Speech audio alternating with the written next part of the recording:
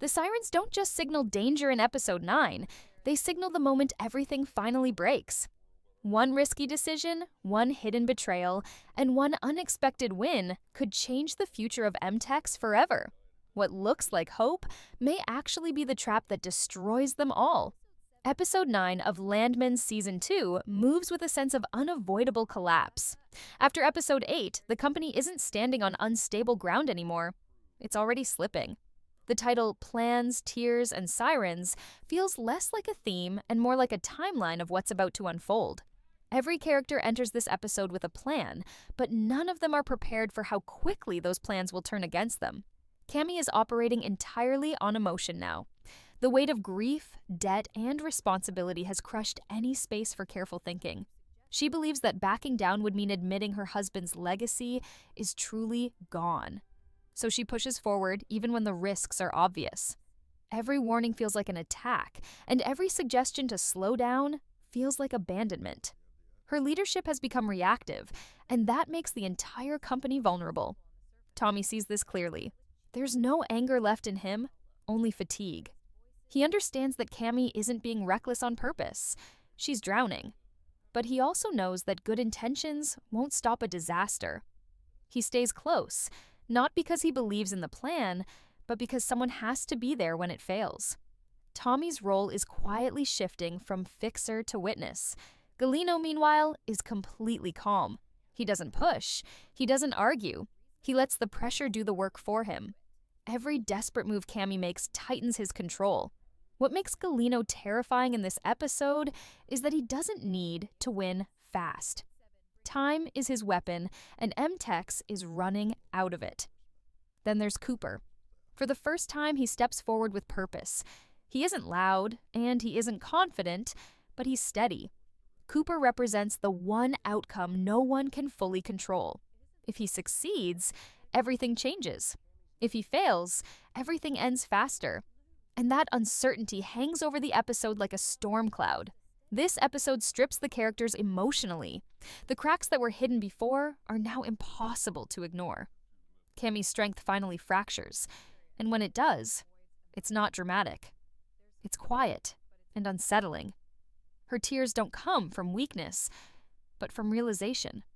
She's starting to sense that she may have already gone too far to turn back. Angela's storyline takes on unexpected weight. What once felt like comic relief suddenly shifts into something more serious. When she steps in to rescue Ainsley, it isn't about luck or cleverness, it's about responsibility. Angela is forced to grow up in real time, and the show lets that transformation breathe.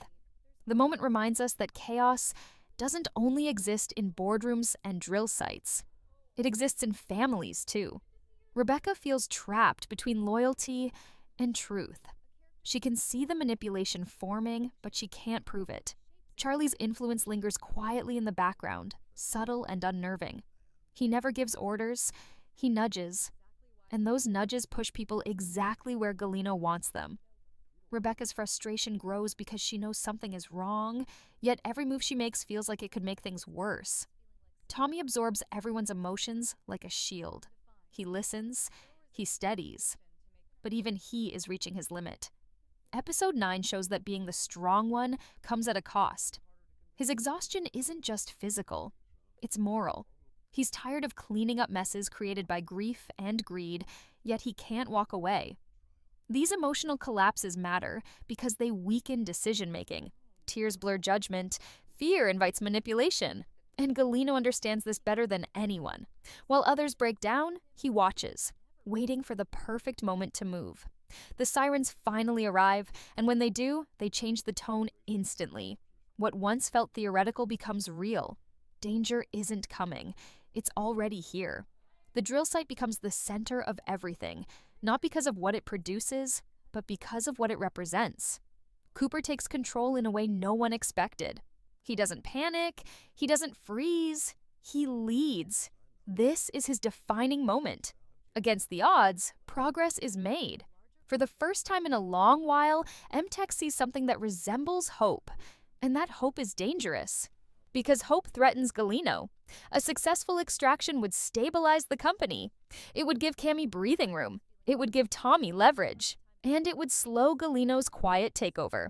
The episode makes it clear that Galino cannot allow this momentum to grow unchecked. Stability ruins his endgame. Behind the scenes, pressure builds, delays appear, complications stack up. Nothing is openly sabotaged, but everything suddenly feels harder. That's how Galino works. If the operation collapses, it won't look intentional. It will look unfortunate.